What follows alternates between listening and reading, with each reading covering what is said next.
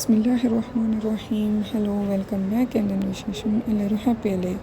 അപ്പോൾ ഇന്നത്തെ വിശേഷം എന്ന് പറയുന്നത് ഞാൻ കുട്ടികളെ സ്കൂളിൽ വിടുന്ന ആ ഒരു തെക്കും തിരക്കിലുള്ള വിശേഷങ്ങളാണ്. ബ്രേക്ക്ഫാസ്റ്റിൻ്റെ പിന്നെ ലഞ്ച് ബോക്സിൻ്റെ അങ്ങനത്തെ റെസിപ്പീസും എൻ്റെ കുറച്ച് വീട്ടുവിശേഷങ്ങളുമായിട്ടാണ്. അപ്പോൾ എല്ലാവരും കണ്ടു നോക്കുക. അപ്പോൾ ഇന്ന് ഞാൻ കാലത്ത് ബ്രേക്ക്ഫാസ്റ്റ് ഒന്നും ഉണ്ടാക്കുന്നില്ല. ഉച്ചക്കേക്കുള്ള ലഞ്ചിനായിട്ട് ഞാൻ ഫ്രൈഡ് റൈസാണ് ഉണ്ടാക്കുന്നത്. അപ്പോൾ ഫ്രൈഡ് റൈസ് ഉണ്ടാക്കുമ്പോൾ എന്തായാലും അവർക്ക് കാലത്ത് ബ്രേക്ക്ഫാസ്റ്റിനൊന്നും ആവശ്യമില്ല. അപ്പോൾ അവർ അത് തന്നെയാണ് കാലത്തെയും കൂടി കഴിച്ചോളും. പിന്നെ എനിക്ക് മാത്രമായിട്ട് എന്തിനാണ് ബ്രേക്ക്ഫാസ്റ്റ്? അങ്ങനെയാണെങ്കിൽ എനിക്ക് രാത്രിക്കത്തെ ചപ്പാത്തി ഉണ്ടായിരുന്നു, അതുകൊണ്ട് ഞാൻ അഡ്ജസ്റ്റ് ആക്കാമെന്ന് വിചാരിച്ചത്. അപ്പോൾ ഞാനിതാ ഫ്രൈഡ് റൈസ് ഉണ്ടാക്കാൻ എല്ലാം വേണ്ടതൊക്കെ എൻ്റെ ഉണ്ടായിരുന്ന പച്ചക്കറികളൊക്കെ മുറിച്ച് വെച്ചിട്ടുണ്ടായിരുന്നു. പിന്നെ ഇത് ഇഞ്ചിയും വെളുത്തുള്ളി കേട്ടോ, അതിൻ്റെ പേസ്റ്റ് ഉണ്ടാക്കാൻ വേണ്ടിയിട്ട് അത് ഒരു ദിവസം മുന്നേ ഞാൻ കഴുകി ക്ലീൻ ആക്കിയിട്ട് തൊലിയൊക്കെ കളഞ്ഞിട്ട് വെള്ളാറാനായിട്ട് ഇങ്ങനെ തുണിയിൽ ചുറ്റിയിട്ട് വെച്ചിട്ടുണ്ടായിരുന്നു കേട്ടോ. അപ്പം ഞാൻ ചോറ് ആദ്യമേ കുക്കറിൽ വേവിച്ചിട്ട് വെച്ചിട്ടുണ്ട്. ഇനിയിപ്പോൾ ഇതാ വോക്ക് പാൻ ഒന്ന് എടുക്കാം. എന്നിട്ട് അതിലോട്ട് കുറച്ച് വെളിച്ചെണ്ണ ഒഴിച്ച് കൊടുത്തിട്ട് ഒരു 4 മുട്ട പൊട്ടിച്ച് വെച്ചിട്ട് അതൊന്നും ഞാൻ ചുക്കാക്കിയിട്ട് എടുക്കുന്നുണ്ട്. ജസ്റ്റ് ഒന്ന് ഫ്രൈഡ് ആക്കിയിട്ട് എടുക്കുന്നുണ്ട്. പിന്നെ അതിൽ കുറച്ച് ഉപ്പും കുറച്ച് മഞ്ഞൾപ്പൊടി ഇട്ട് കൊടുക്കുന്നുണ്ട്. ഇല്ലാന്നുണ്ടെങ്കിൽ ഈ മുട്ടയിൽ ചെറുതായിട്ടൊരു സ്മെല്ലുണ്ടാകും, അത് കുട്ടികൾക്ക് ഇഷ്ടപ്പെടുന്നില്ല. അതുകൊണ്ട് മുട്ടയിലോട്ട് ഞാൻ കുറച്ച് മഞ്ഞൾപ്പൊടി ആഡ് ആക്കുന്നുണ്ട്. എന്നിട്ട് അതിന് വേറെ ഒരു ബൗളിലോട്ട് മാറ്റി കൊടുക്കുന്നുണ്ട്. എന്നിട്ട് വീണ്ടും അതേ പാനിലോട്ട് 1.5 ടേബിൾ സ്പൂണോളം വെളിച്ചെണ്ണയാണ് ഒഴിച്ച് കൊടുക്കുന്നത് ഞാൻ. എന്നിട്ട് മുറിച്ച് വെച്ച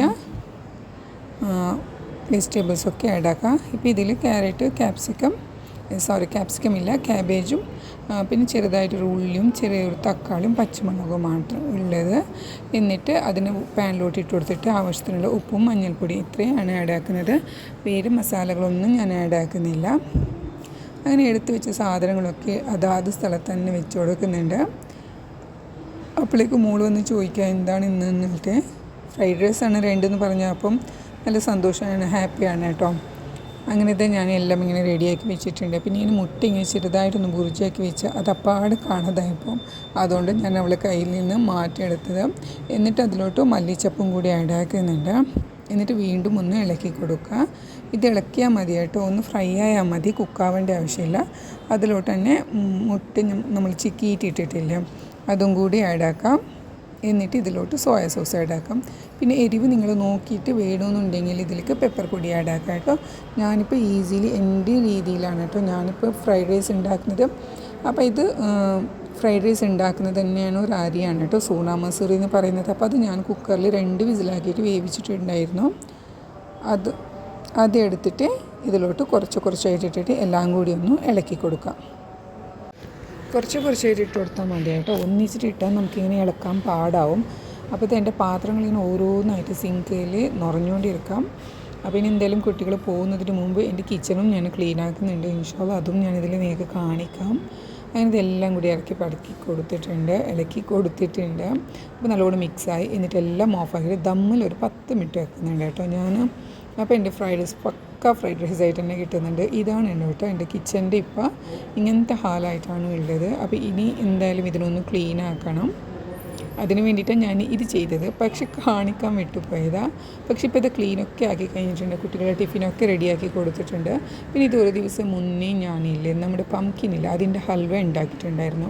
അപ്പോൾ അത് ഒരു ദിവസം മുന്നേ ഉണ്ടെങ്കിൽ പിറ്റേ ദിവസം കഴിക്കാനാണ് കേട്ടോ നല്ല ടേസ്റ്റ്.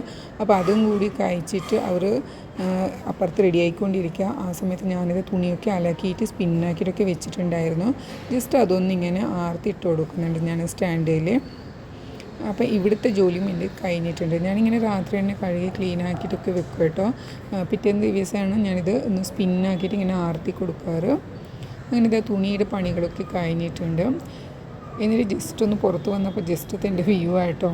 അങ്ങനെ ഇത് കിച്ചണും ഫസ്റ്റ് ക്ലാസ് ആയിട്ടില്ലേ, എൻ്റെ ജോലികളൊക്കെ കഴിഞ്ഞിട്ടുണ്ട്. ഇനിയിപ്പോൾ ഉച്ചക്കേക്കും എൻ്റെ കയ്യിൽ ഫ്രൈഡ് റൈസ് ഉണ്ട്. അപ്പോൾ ഉച്ചക്കേക്ക് തിരക്ക് പിടിച്ചിട്ടാണ് എന്തായാലും ലഞ്ച് തയ്യാറാക്കേണ്ട ആവശ്യമൊന്നുമില്ല. എല്ലാം ഇവിടെ സെറ്റായിട്ടുണ്ട്, കിട്ടിയിട്ടുണ്ട് എനിക്ക്. ഇനിയിപ്പോൾ കുട്ടികൾ പോവാം. അപ്പോൾ എൻ്റെ ഇന്നത്തെ വിശേഷം ഇത്രയായിരുന്നു. നിങ്ങൾക്ക് ഇഷ്ടപ്പെടുവാണെങ്കിൽ സബ്സ്ക്രൈബാക്കി ലൈക്കാക്കി സപ്പോർട്ടാക്കാൻ എന്തായാലും നിങ്ങൾ പിശുക്ക് കാണിക്കല്ലേ. നിങ്ങളുടെ സപ്പോർട്ടിലൂടെ കൂടിയാണ് കേട്ടോ എനിക്ക് മുന്നോട്ട് പോകാനും പറ്റും. പിന്നെ ഒരു സ്മൈലായിട്ടോ അല്ലാന്നുണ്ടെങ്കിൽ ഒരു സിമ്പിളായിട്ടോ എന്തെങ്കിലും ഒരു കമൻറ്റ് ഇട്ടിട്ട് എന്നെ മുന്നോട്ട് പോകാൻ നിങ്ങളൊന്ന് സപ്പോർട്ടാക്കുക. അപ്പോൾ ഇവിടെ ഞാൻ വൈൻഡപ്പ് ആക്കാം. Thank you, take care.